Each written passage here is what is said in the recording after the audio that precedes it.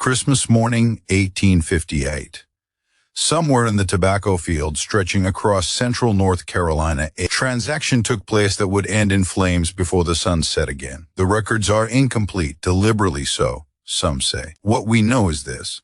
A child was sold. A mother watched, and by dawn on December 26th, one of the wealthiest estates in the region was nothing but ash and bone. The official inquiry blamed faulty lanterns, but the people who lived through it, the ones who survived, they whispered a different story.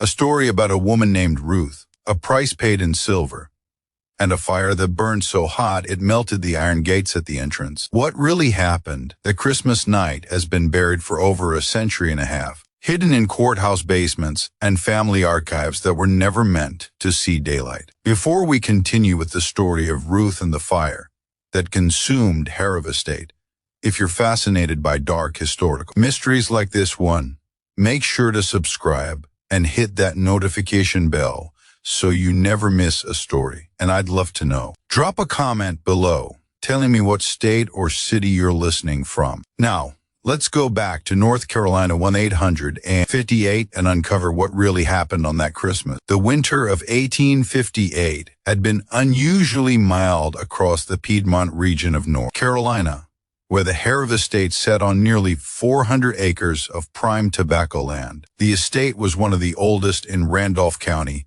established in 1791 by Colonel William Hargrove, a veteran of the Revolutionary War, who'd been granted the land as payment for his service. The colonel had been a practical man, not given to sentiment or grand gestures. He'd built his house with thick walls and small windows designed to keep out the summer heat and winter cold. He'd planted his first tobacco crop in the spring of 1792 using seed he'd brought from Virginia, and by harvest time that year, he'd turned a profit.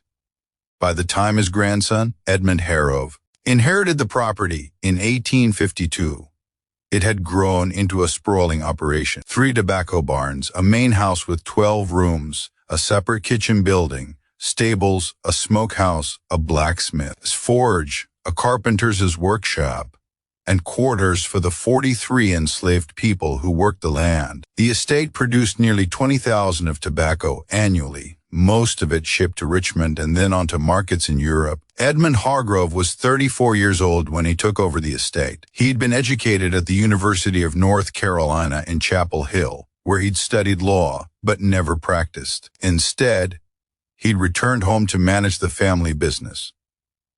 He was known in the county as a businessman first, a planter second. He kept meticulous records.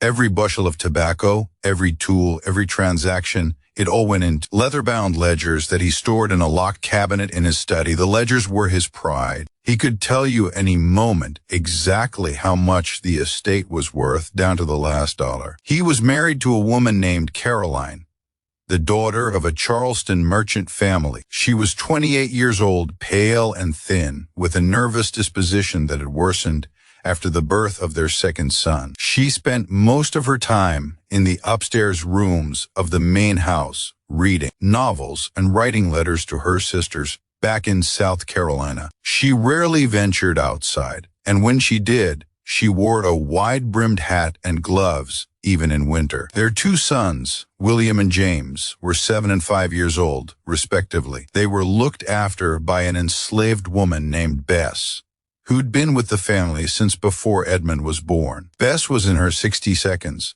gay-haired and stooped, but still sharp-minded. She'd raised Edmund and his 2 sisters, and now she was raising his sons. She slept in a small room off the kitchen, close enough to hear if the boys woke in the night. The estate itself was laid out in a grid pattern with the main house at the center. To the east were the tobacco fields, stretching nearly 200 acres. To the west were the vegetable gardens, the orchards, and the livestock pens. To the north were the barns and workshops, and to the south, separated from the main house by a wide dirt road, were the quarters, a row of 12 small cabins where the enslaved people lived. By all accounts, Edmund Hargrove was unremarkable, not particularly cruel by the standards of the time, but not kind either. He didn't whip his workers himself. He left that to his overseer, a man named Cyrus Dalton, but he didn't intervene when Dalton did. He provided adequate food and clothing, but nothing more. He allowed the enslaved people to keep small gardens behind their cabins, and he gave them Christmas Day off from work, but he charged them for any supplies they needed beyond what he provided. He ran his estate the way he ran everything else in his life, with cold efficiency and an eye always on profit. Ruth had been born on the Harrow estate in the spring of 1834. Her mother, Dinah, had been brought to the estate as a young woman in the 1820s, purchased from a trader in Fayetteville. Dinah had worked in the main house as a cook, a position that carried a certain status among the enslaved community. She was known for her skill with bread and pastries, and Caroline Hargrove had relied on her heavily, especially during the years when she was pregnant and unable to manage the household herself. Ruth had grown up in the main house, helping her mother in the kitchen. She'd learned to read by watching the Harrow children do their lessons, and she'd learned to cook by standing at her mother's elbow, watching her knead dough and stir pots. She was a quiet child, observant and careful with her mother's dark eyes and quick hands. When Ruth was 11, Dinah fell ill with a fever. It came on suddenly in the middle of summer, and within 3 days, she was dead. The doctor who examined her said it was likely typhoid, though he couldn't be certain. She was buried in the small cemetery behind the quarters in an unmarked grave next to a dozen others. After Dinah's death, Ruth was moved to the fields. She was too young to work the tobacco rows, so she was assigned to lighter tasks, carrying water, pulling weeds, gathering the leaves after they'd been cut. By the time she was 14, she was working full days, bent over the rows. From dawn until dusk, her hands stained brown from the tobacco sap.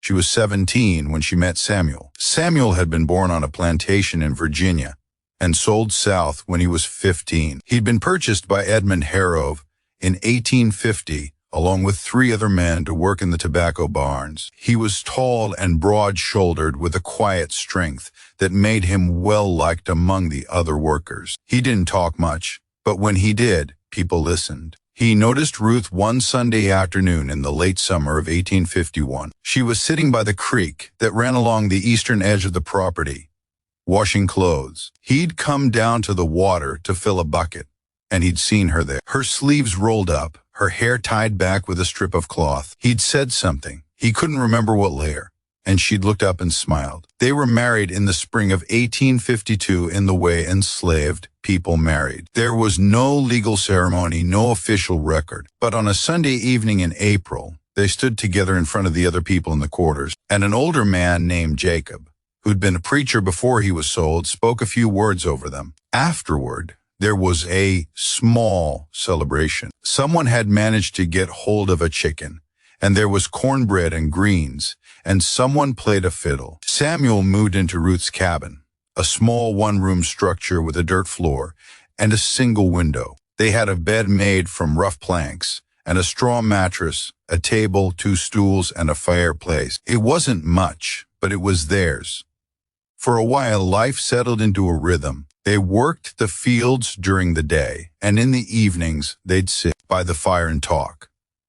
Samuel would carve small things out of wood, spoons, bowls, toys. Ruth would mend clothes or braid strips of cloth into rugs. On Sundays, they'd walk down to the creek and sit by the water, watching the sun set over the fields. Their daughter was born in March of 1857 on a cold, rainy night. Ruth had gone into labor in the afternoon, and by midnight, the baby was born. Samuel had stayed with her the whole time, holding her hand, wiping her forehead with a damp cloth. When the baby finally came, small and red-faced and wailing, he'd wrapped her in a blanket and handed her to Ruth. Ruth had looked down at the tiny face, the dark eyes blinking up at her, and she'd felt some shift inside her chest, a fierce, protective love that was almost painful in its intensity. She named her Lily after the flowers that grew wild near the creek. Lily was a healthy baby, bright-eyed and quick to smile. She had Ruth's dark eyes and Samuel's broad forehead. By the time she was 6 months old, she was laughing and reaching for things, and by the time she was a year old, she was pulling herself up to stand, holding on to the edge of the table. Ruth would carry her into the fields in a sling made from old cloth, setting her down in the shade while she worked the roads. In the evenings, she'd sing to her old songs Dina had taught her, songs that had been passed down through generations, songs about rivers and roads and freedom. Samuel doted on the child. He'd carve little toys for her out of scraps of wood, animals mostly, a horse, a bird, a rabbit. He'd make them move and dance while Lily laughed and reached for them with her small hands. He'd talk to her in a soft voice, telling her stories about places he'd never been, places he'd only heard about from other people, places where the land was flat and wide, where you could walk for days and ne'er see another person, places where people were free. For a brief time, despite everything, there was something close to happiness in that small cabin in the quarters. But Edmund Hargrove's ledgers told a different story. The tobacco crop of 1857 had been poor. A late frost in April had damaged the seedlings, and then a dry summer had stunted growth. The plants had been small and weak, the leaves thin and brittle. The harvest brought in less than half of what Hargrove had projected. By the fall, he was in debt to a merchant in Greensboro who'd extended him credit for seed and supplies. The merchant wanted payment. Hargrove didn't have it. He'd spent the winter trying to figure out how to cover the debt. He'd considered selling some of the land, but land prices were low, and he didn't want to break up the estate. He'd considered taking out a loan, but the banks were wary of lending to planters after the panic of 1857, when several large estates in the region had gone bankrupt. In November, a man named Josiah Trent arrived at the estate. Trent was a slave trader based out of Richmond, Virginia, but he traveled a circuit through North Carolina and South Carolina, buying and selling human beings the way other men bought and sold livestock. He was in his 40s, a large man with a thick beard and cold eyes. He wore expensive clothes, a wool coat, leather boots, a gold watch chain, and he carried himself with the confidence of someone who knew his business was profitable. He was known for paying cash, and he didn't ask too many questions. Hargrove met with him in the study. The meeting lasted 2 hours. They sat across from each other at Hargrove's desk, Trent with a ledger of his own listing the current prices for men, women, and children in various markets. Hargrove had his own ledgers open, showing the names and ages of everyone on the estate. They negotiated. Trent was interested in young men, field hands, who could be sold to plantations further south, where the cotton industry was booming. Hargrove was reluctant to sell his best workers, but he needed the money. They settled on 3 men, all in their 22s, all strong and healthy. Trent would pay $800 each, but that wasn't enough to cover the debt. Trent leaned back in his chair and looked at the ledger again. "You got any children?" he asked. Hargrove hesitated. "A few light-skinned." Hargrove nodded, slowly. Trent smiled. "Light-skinned children fetch a good price in Richmond, especially girls. People like to buy them young, raise them in the house, teach them to sew, cook, clean. They're easier to train when they're young." Hargrove didn't say anything. "I'll give you $200 for a healthy child." Trent said $250. "If she's particularly light." Hargrove looked down at his ledger. He ran his finger down the list of names until he found what he was looking for. "Lily," he said, "born March 1857. Daughter of Ruth and Samuel." Trent made a note in his own ledger. "I'll take her." When Trent left, he had a list of names. 4 people, 3 men and 1 child. Ruth's name wasn't on it, but Lily's was. Christmas Day 1858 began like most winter mornings on the estate, cold and gray with a thin fog hanging over the fields. The temperature had dropped overnight, and there was frost on the ground crunching underfoot. The enslaved people had been given the day off from work, as was customary. It was one of the few days of the year when they didn't have to be in the fields at dawn. Some gathered in the quarter sharing what little food they'd managed to save or trade for. Others stayed in their cabins trying to keep warm. Ruth woke early. Lily was fussy, teething, and feverish. She'd been up half the night crying and squirming, and Ruth had held her close, rocking her gently, singing softly. Samuel had gone to the main house before dawn. Harov had called for him to help move some furniture in preparation for a small gathering he was hosting that evening. He'd promised to be back by midday. Ruth sat by the fire, holding Lily in her lap. The baby was quieter now, her eyes half closed, her small fist wrapped around Ruth's. A fire on Christmas night. Somewhere in the tobacco field stretched her small fist wrapped around Ruth's finger. Ruth hummed, softly, the same song her mother had sung to her when she was a child, a song about a river and a road and a place where the sun always shone. Around 10 in the morning, there was a knock on the cabin door.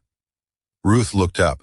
She knew immediately that something was wrong. No one knocked on Christmas morning. No one came to the cans unless there was trouble. She stood slowly, still holding Lily. She crossed the small room and opened the door. It was Edmund Harov and behind him Josiah Trent. Ruth's breath caught in her throat. She took a step back, instinctively pulling Lily closer. Harov's face was expressionless. He didn't look at Ruth directly. He looked past her into the cabin as if he were inspecting it. "The child's been sold," he said. His voice was flat, businesslike.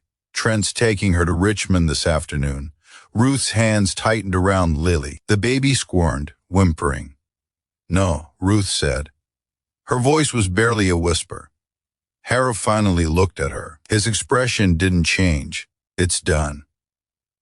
"The papers are signed." Ruth shook her head. "Please, please, she's just a baby. She's not even 2 years old." Trent stepped forward. He was a large man, broad-shouldered with a face that showed no emotion. "Make it easy on yourself," he said. "Hand her over." Ruth backed toward the far wall of the cabin. "Please," she said again. "Please don't do this." "She'll fetch a good price in Richmond," Trent said. "Light-skinned children always do. Someone will raise her in a house, teach her to sew or cook. She'll have a better life than she'd have here. She's my daughter." Harov's voice was cold. "She's my property, and I need the money." Ruth looked at him, really looked at him, at his expensive coat, his polished boots, his clean hands, at the gold watch chain hanging from his vest pocket, at the face that showed no trace of guilt or hesitation. "You're selling my baby on Christmas," she said. Her voice was shaking now. "On Christmas?" Harov didn't respond. What happened next was over in less than a minute. Trent moved quickly, crossing the small cabin in 2 strides. He grabbed Lily from Ruth's arms, pulling her away with a practiced efficiency that suggested he'd done this many times before. The baby screamed, a high piercing wail that cut through the cold morning air. Ruth lunged forward, trying to grab Lily back, but Harov caught her by the arm, holding her back. She fought, clawing at his hands, kicking, screaming, but he was stronger. He twisted her arm behind her back, forcing her to her knees. Trent was already out the door, Lily wailing in his arms. Ruth screamed. It was a sound that came from somewhere deep inside her. A sound of pure anguish. She screamed until her voice broke, until her throat was raw. Harov released her and stepped back. She collapsed to the floor, sobbing. He looked down at her for a moment, his expression still cold and distant. "You'll get over it," he said. Then he turned and walked out, closing the door behind him. Ruth stayed on the floor, her body shaking with sobs. She could still hear Lily crying, the sound growing fainter as Trent carried her away. She could hear the creak of a wagon, the jingle of harness, the sound of horses' hooves on the frozen ground, and then silence. By noon, Josiah Trent's wagon was gone, heading north toward Virginia. Lily was in the back, wrapped in a blanket, still crying. The 3 men Hargrove had sold were chained in the wagon bed, their faces blank with shock and resignation. Ruth didn't move from the floor of the cabin for hours. When Samuel returned and found her there, he didn't speak. He just knelt beside her and held her while she cried. But eventually the tears stopped, and when they did, something else took their place. Something cold and hard and unbreakable. That evening, as the sun set and the temperature dropped, Ruth finally stood. She walked out of the cabin across the corridors and toward the main house. Samuel tried to follow her, but she told him to stay back. "Don't follow me," she said. Her voice was quiet, but there was something in it that made him stop. She didn't go to the front door. She went to the kitchen building, a separate structure connected to the main house by a covered walkway. The fire in the hearth was still burning. It was always kept lit during the winter to make cooking easier in the mornings. Ruth stood there for a long time staring at the flames. She thought about Dina, her mother, who'd worked in this kitchen for 20 years before she died. She thought about all the meals she'd helped prepare, all the hours she'd spent standing at this hearth cooking food for people who saw her as nothing more than a tool. She thought about Lily, about her small hands and bright eyes, about the way she laughed when Samuel made the wooden animals dance, about the way she'd reached for Ruth that morning, her finger grasping at air as Trent carried her away. And she thought about Edmund Harrov, about his cold eyes and his ledgers and his gold watch chain, about the way he'd said you'll get over it, as if losing a child was no different than losing a tool or a piece of furniture. She reached down and picked up a burning log from the hearth. The heat seared her hands, but she didn't let go. She carried it through the covered walkway and into the main house. She went to the study first, the room where Harrov kept his ledgers, the room where he'd sat with Josiah Trent and negotiated the price of her daughter's life. She set the burning log on the desk, on top of the open ledger. The paper caught fire immediately, the flame spreading quickly across the pages. She watched for a moment, watching the names burn. All those names, all those people who'd been bought and sold, reduced to entries in a ledger. Then she turned and walked out. She went to the parlor next, where Caroline Harrov kept her expensive furniture and her imported rugs. She set fire to the curtains, watching them go up in flames. Then the dining room, the sitting room, the hallway. By the time she reached the front door, the entire first floor was burning. She walked out into the cold night air and stood in the yard, watching the flames spread. She could hear shouting now, people running, someone screaming.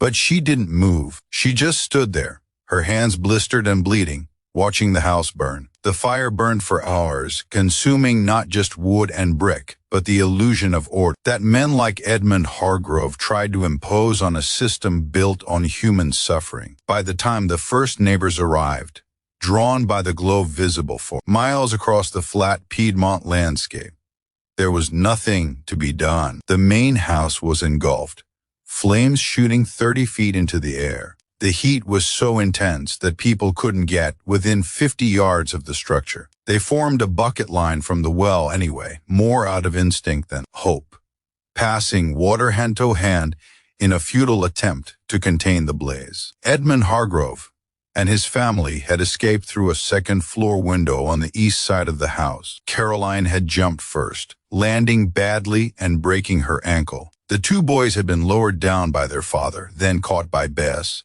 who'd been one of the first to see the flames. Harrov had been the last out, and by the time he hit the ground, his night shirt was singed, and his face was blackened with smoke. They huddled together in the yard, wrapped in blankets someone had brought from the quarters, watching their home burn. William, the older boy, was crying.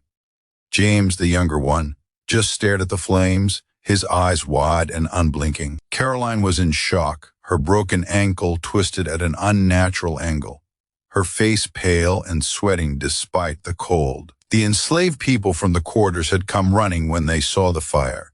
Some joined the bucket line. Others tried to save what they could from the outbuildings, the smokehouse, the stables, the tobacco barns. Kitchen building connected to the main house by the covered walkway caught fire around midnight and burned completely. One of the tobacco barns downwind from the main house caught sparks and was lost as well. By dawn on December 26th, the main house was nothing but a smoking ruin. The walls had collapsed inward, leaving only the brick chimney standing blackened and cracked. The iron gates at the entrance to the property had warped from the heat. Their decorative scroll work melted and twisted. Ruth was found sitting on the ground near the remains of the house. Her hands burned and blistered, her dress singed and torn. She didn't resist when Cyrus Dalton, the overseer, grabbed her by the arm and pulled her to her feet. She didn't say a word. Samuel tried to go to her, but Dalton shoved him back. "Stay where you are," he said. Ruth looked at Samuel once, just once. Her eyes were dry. She didn't cry. She didn't speak. She just looked at him, and then she looked away. Dalton took her to the barn and locked her inside.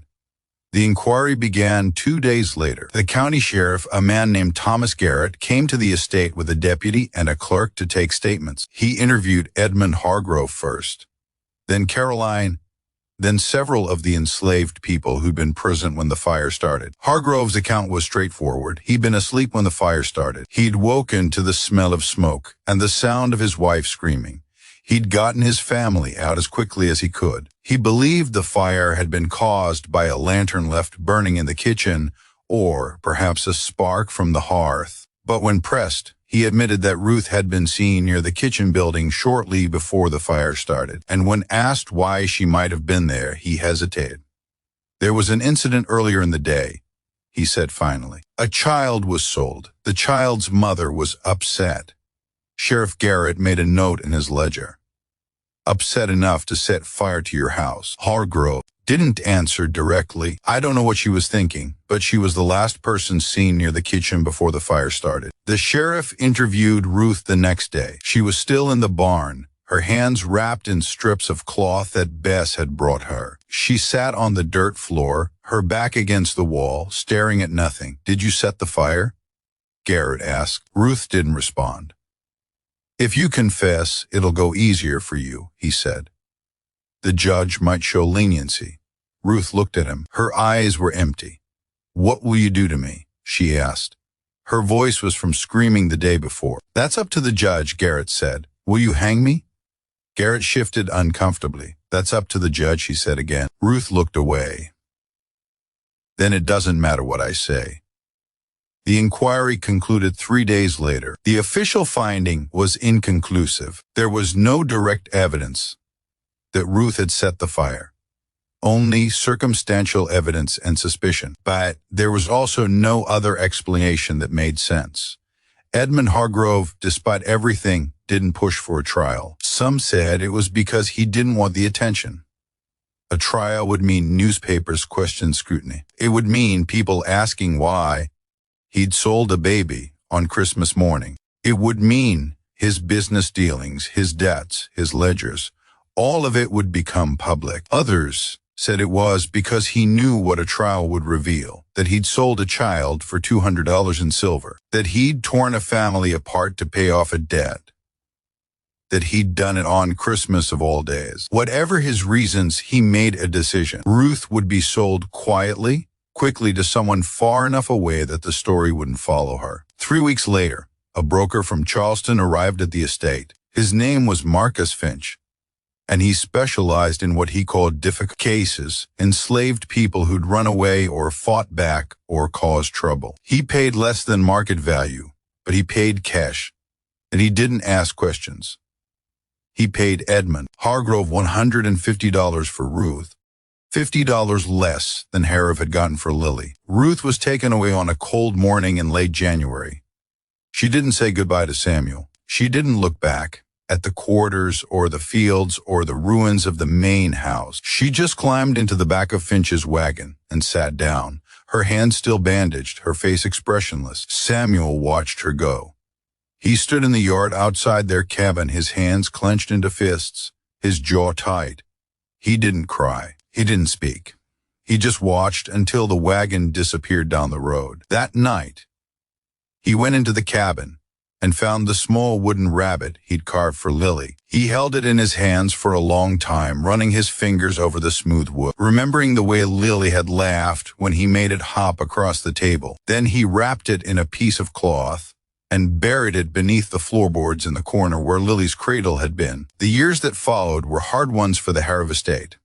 Edmund Hargrove rebuilt, but it took time and money he didn't have. He borrowed from banks in Greensboro and Raleigh, putting up the land as collateral. He hired new workers to replace the ones he'd sold, but they were expensive, and the tobacco crops continued to be unpredictable. By 1860, the estate was barely breaking even. Hargrove had built a new house, smaller and simpler than the original, with fewer rooms and no decorative details. It was functional, nothing more. He'd also rebuilt the kitchen as a separate structure.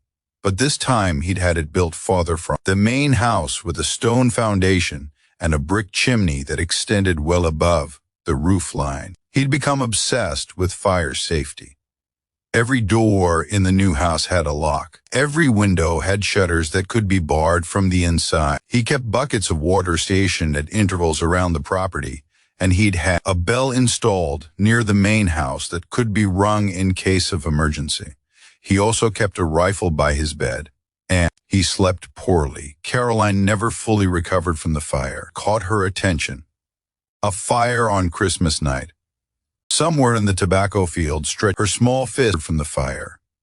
Her ankle healed badly, leaving her with a permanent limp. But the physical injury was nothing compared to the psychological one. She developed a terror of fire that bordered on obsession. She refused to allow candles in the house, insisting that only oil lamp be used, and even then only in rooms where someone was present.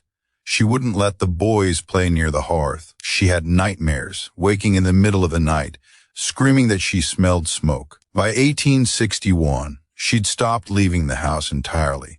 She spent her days in the upstairs bedroom reading the same books, over and over, writing letters to her sisters that she never sent. She rarely spoke to Edmund, and when she did, it was only to ask about the locks on the doors or the water in the buckets. The boys grew up in the shadow of the fire.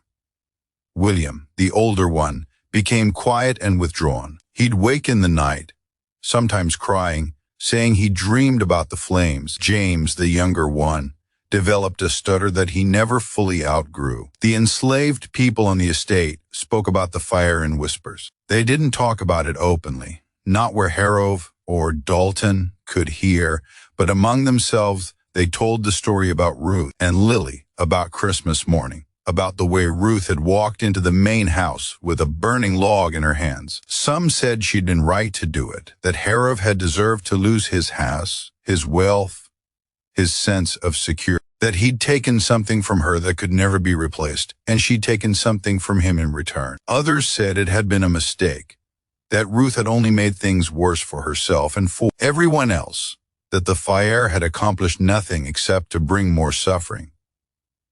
But everyone agreed on one thing. Ruth had made a choice. She decided that if she couldn't have her daughter, Edmund Harrove wouldn't have his house. Samuel never spoke about Ruth after she was taken away. He worked in the tobacco barns the same as before, but he was quieter now. He didn't carve anymore. He didn't sing. He kept to himself, and people learned not to ask him questions. In the spring of 1861, when the war started, several of the younger men on the estate tried to run away, hoping to reach Union lines. 2 of them made it. 3 were caught and brought back. Samuel didn't try to run. He just kept working day after day, his face expressionless, his hands moving through the familiar motions of stripping tobacco leaves and hanging them to dry. In 1863, Cyrus Dalton, the overseer, was conscripted into the Confederate Army. He was killed at Gettysburg in July of that year. Edmund Hargrove tried to manage the estate himself after that, but he was overwhelmed. The tobacco crops failed 2 years in a row. The workers, sensing that the war might bring changes, became less cooperative. Some simply stopped working, daring Harrove to do something about it. By 1865, when the war ended, the estate was in ruins. The fields were overgrown. The barns were falling apart. The new house, only 5 years old, already looked worn and neglected. When the Emancipation Proclamation reached North Carolina, Samuel was one of the first to leave. He walked off the estate on a warm morning in May, carrying nothing but the clothes on his back and the small wooden rabbit he dug up from beneath the floorboards of his cabin. He walked north, following the roads toward Virginia. He didn't know where he was going. He didn't have a plan. He just knew he couldn't stay. He never found Lily. He tried. He asked everyone he met if they'd heard of a light-skinned girl about 8 years old by then, who might have been sold in Richmond in 1858. But no one knew anything. The records had been destroyed in the war. The traders were dead or scattered. The trail was cold. He settled eventually in a small town in southern Virginia, working as a carpenter. He never married again. He never had other children. He kept the wooden rabbit on a shelf in his room, and sometimes late at night he'd take it down and hold it remembering. He died in 1891 at the age of 63. He was buried in a small cemetery outside the town in an unmarked grave. Edmund Hargrove held on to the estate until 1871. By then he was 47 years old and he looked 20 years older. His hair had gone gray. His hands shook. He'd developed a persistent cough that the doctor said was from the smoke he'd inhaled the night of the fire, though it had been more than a decade. In the spring of 1871, he had what the doctor called a failure of the heart. He collapsed in the study of the new house, the same room where he kept his ledgers. He was found by one of the workers slumped over his desk, his hand still holding a pen. He was buried in the family plot on the estate next to his father and grandfather. Caroline and the boys moved back to Charleston shortly after. Caroline died in 1875. William became a clerk in a shipping company and never married. James moved west to Texas and disappeared from the records. The estate itself changed hands several times over the following decades. The new house was torn down in 1885. The land was subdivided and sold off in pieces. By 1900, the only thing left of the original Harrove estate was the family cemetery and a few crumbling foundations hidden in the underbrush.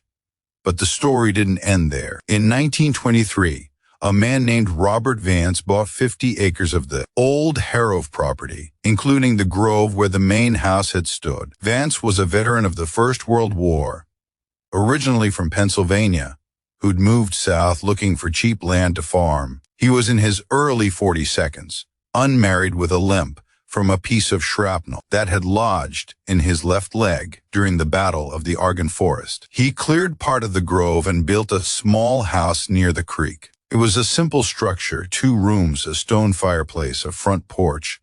He planted a vegetable garden and kept a few chickens. He lived there alone, content with the quiet and the solitude.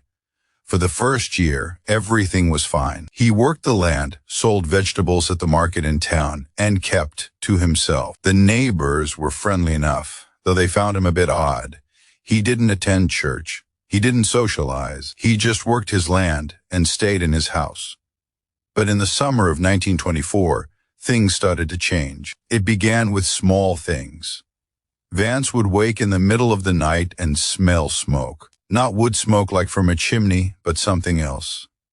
Something acrid and chemical like burning fabric or tar. He'd get up and check the house, but there was never anything burning.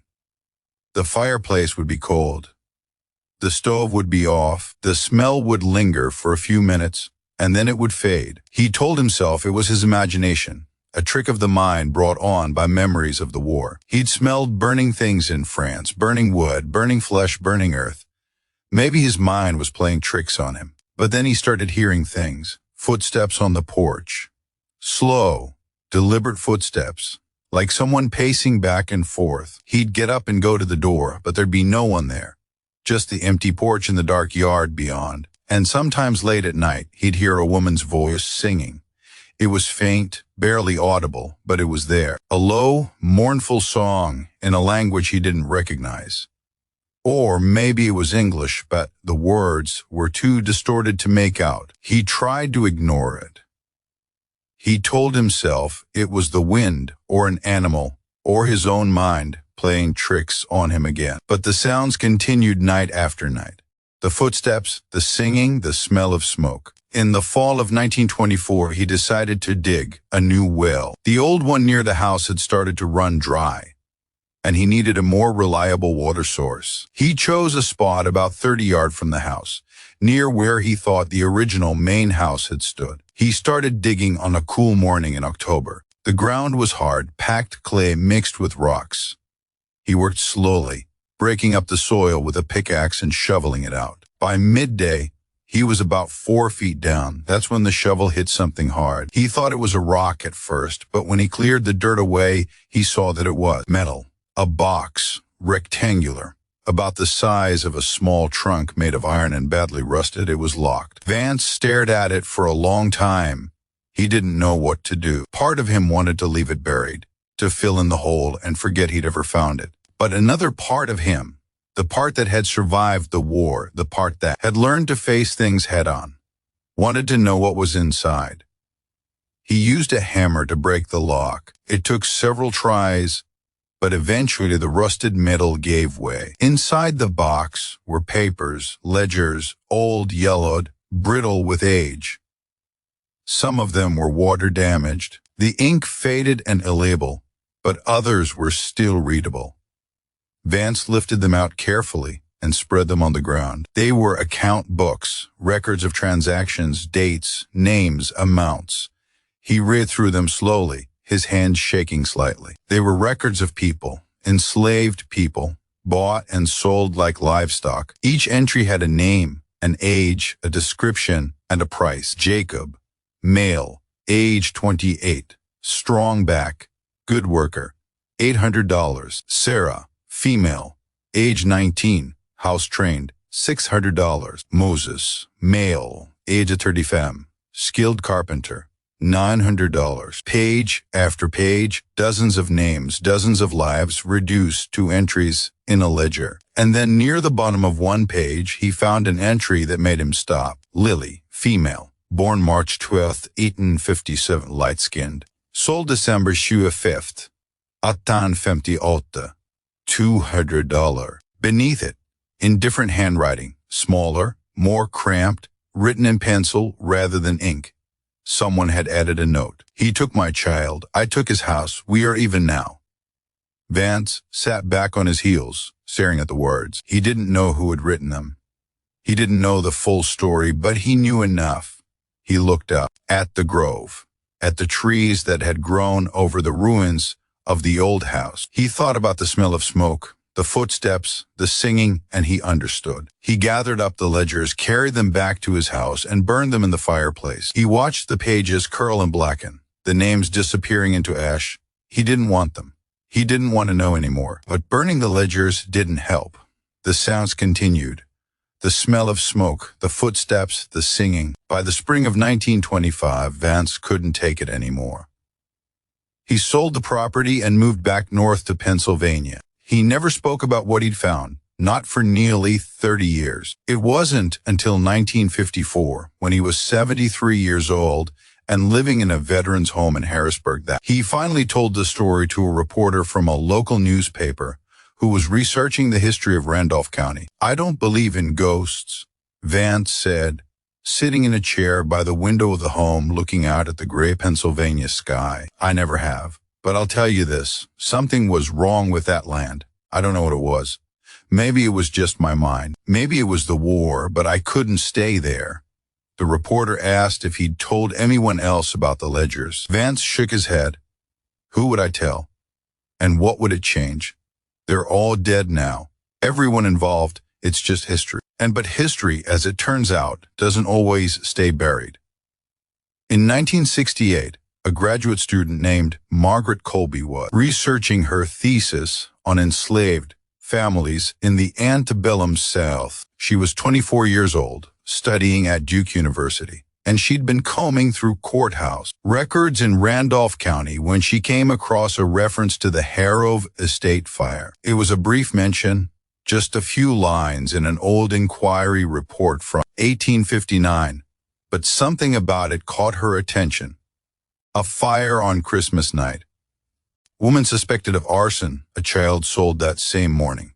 She started digging deeper. She found the inquiry report, which was brief and inconclusive. She found property records showing the sale of the estate in pieces over the years. She found tax documents, census records, and family histories. And then in a box of miscellaneous documents that had been misfiled in the basement of the courthouse, she found a letter. It was dated January 15, 1859, and it was addressed to Edmund Hargrove from a man named Reverend Thomas Whitley, a Methodist minister who'd served several congregations in the area. The letter was short, handwritten in careful script on yellowed paper.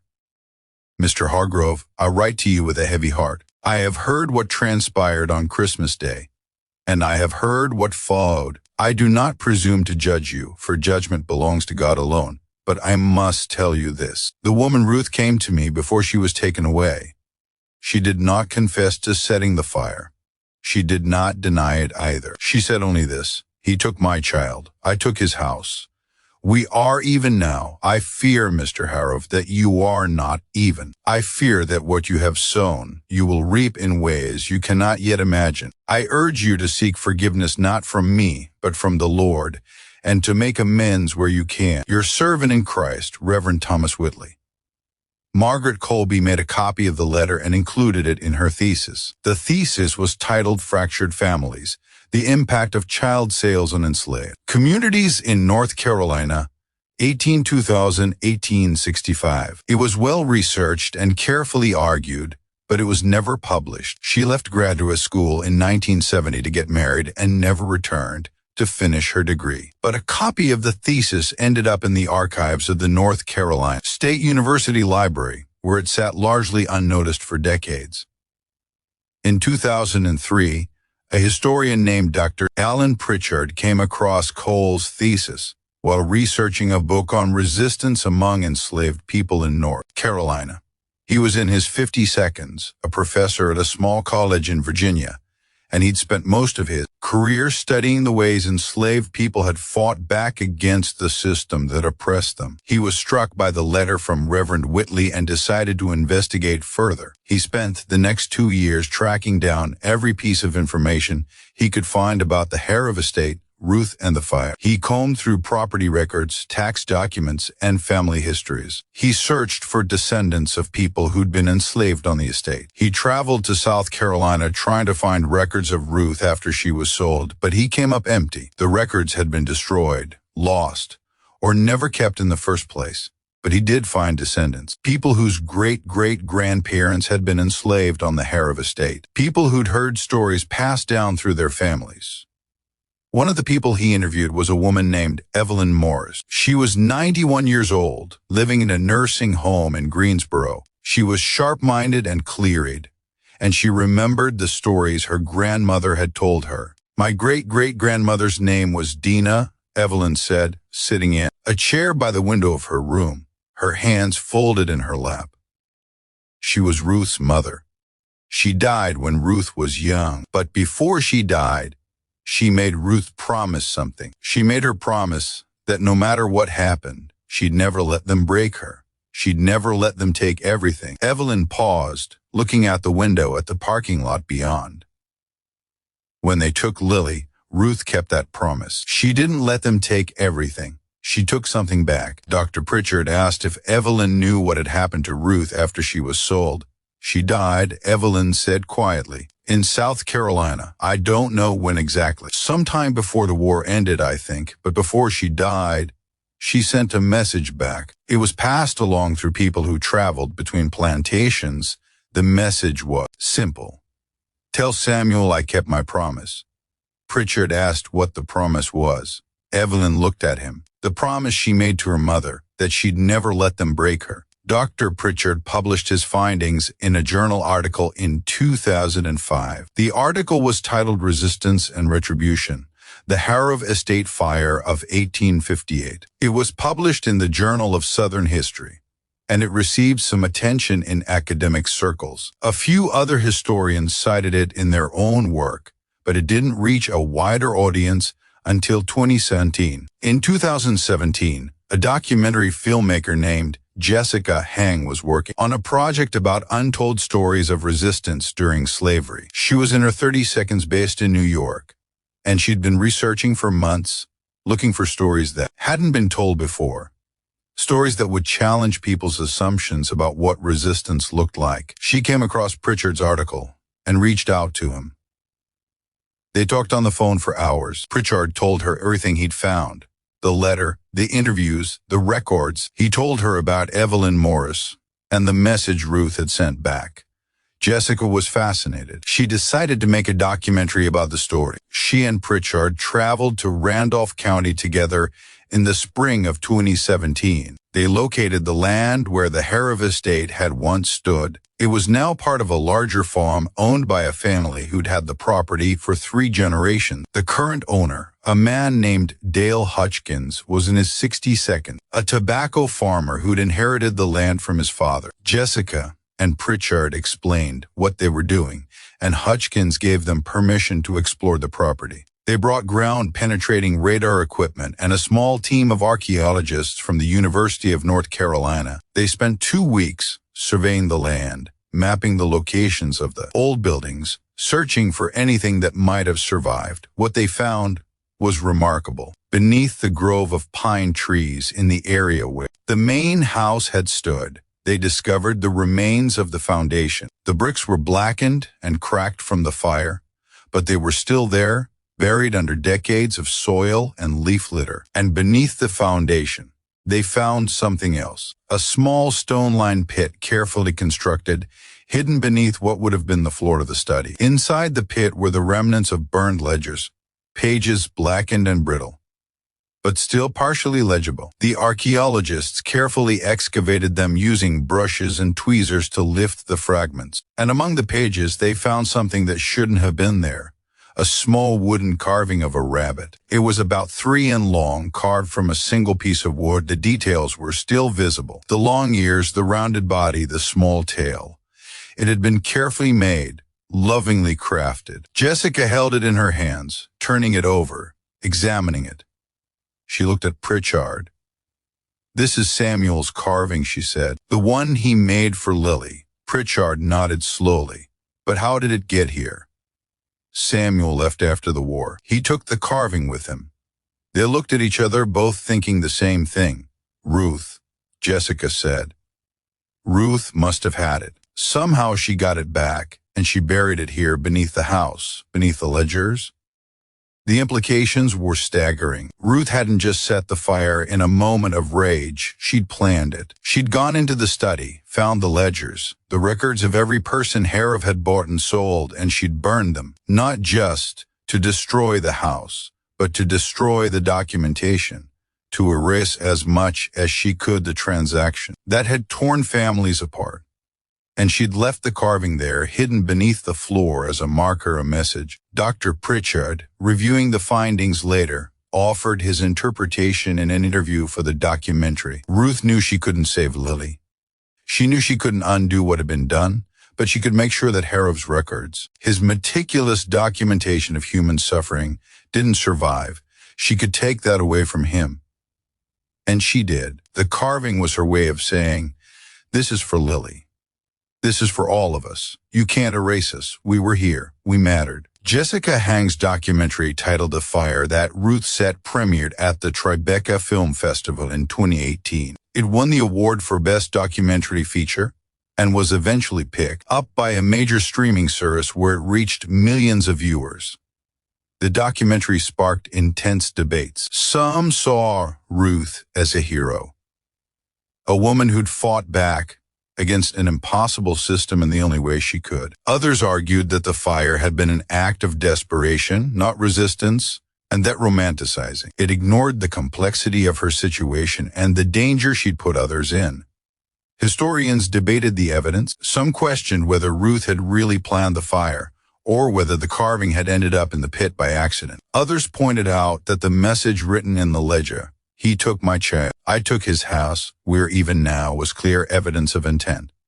But everyone agreed on one thing. Ruth had made a choice. On Christmas night, 1858, she decided that if she couldn't have her daughter, Edmund Hargrove wouldn't have his house, his records, or his sense of security. She'd taken something back. The land where the Hargrove Grove estate once stood is quiet now. The pine grove remains, though some of the trees have been cleared over the years to make room for new growth. The foundations of the old buildings are still there, hidden beneath the soil, slowly being reclaimed by the earth. In 2019, the County Historical Society installed a small marker near the road. It's made of granite about 3 feet tall with a bronze plaque that reads site of the Hargrove estate established 1791, destroyed by fire. December 25th, 1858, a place of labor loss and resistance, in memory of Ruth Lily Samuel and all those whose names were lost. Dale Hutchins, the current owner of the land, has said he doesn't mind visitors as long as they're respectful. Some people come to see the site. Some leave flowers near the marker. A few have left small wooden carvings, rabbits, birds, horses, in memory of Lily and the other children who were taken from their families. The wooden rabbit that was found beneath the foundation is now in the collection of the North Carolina Museum of History in Raleigh. It's displayed in a glass case along with fragments of the burned ledgers and a copy of the letter from Reverend Whitley. The exhibit is titled Resistance and Remembrance, the Harriv Estate Fire. Ruth's final resting place is unknown. Despite extensive research, no records of her death have been found. There's no grave marker, no documentation of what happened to her after she was sold to South Carolina in 1859. Some researchers believe she may have died during the war when record-keeping broke down across the South. Others think she may have survived and taken a new name, disappearing into the chaos of Reconstruction. But her story, once buried in courthouse basements and family memories, is now part of the historical record. Lily's fate remains a mystery. Josiah Trent's records were destroyed in a warehouse fire in Richmond in 1862. And there's no way to trace what happened to her after she left Randolph County on Christmas Day, 1858. Some descendants of enslaved families in the region have done DNA testing, hoping to find connections, but so far nothing conclusive has emerged. There are theories. Some researchers believe Lily may have been sold to a family in Richmond and raised as a house servant. Others think she may have been resold further south to Georgia or Alabama. A few believe she may have died young, a victim of disease or neglect. Her death never recorded. The truth is, we'll probably never know. Edmund Hargrove's grave is still in the family plot on what's now private property about a mile from where the estate once stood. The plot is overgrown, the headstones tilted and weathered. His descendants, scattered across the country, have had mixed reactions to the story. Some have expressed regret for what their ancestor did. A few have reached out to historical societies and museums, offering family documents and photographs. Others have remained silent, unwilling to engage with a past they find shameful. In 2020, a descendant of Edmund Hargrove, a woman named Patricia Hargrove Chen, living in California, wrote an op-ed for a major newspaper. In it, she acknowledged what her ancestor had done and expressed her support for reparations and historical accountability. "I can't undo what Edmund Hargrove did," she wrote. "I can't bring back Lily or Ruth or any of the people he bought and sold, but I can acknowledge the truth. I can say that what he did was wrong, and I can support efforts to make amends in whatever small way possible." The op-ed sparked more debate. Some praised her for speaking out, others criticized her, saying that acknowledgement without action was meaningless. But the conversation continued, and that perhaps is the most important thing. The fire that Ruth set burned for hours on that Christmas night in 1858, consuming not just wood and brick, but the illusion of order that men like Edmund Hargrove tried to impose on a system built on human suffering. It didn't end slavery. It didn't bring Lily back. It didn't even destroy all of Hargrove's records. Some survived, hidden in that iron box beneath the ground, but it left a mark, a scar on the land and on history that refuses to fade. In the years since the documentary was released, the story of Ruth and the Harriv Estate fires become part of the broader conversation about slavery, resistance, and memory. It's been taught in classrooms. It's been discussed in book clubs. It's been the subject of academic papers and public lectures. And every year on Christmas Day, a small group of people gather at the marker near the road.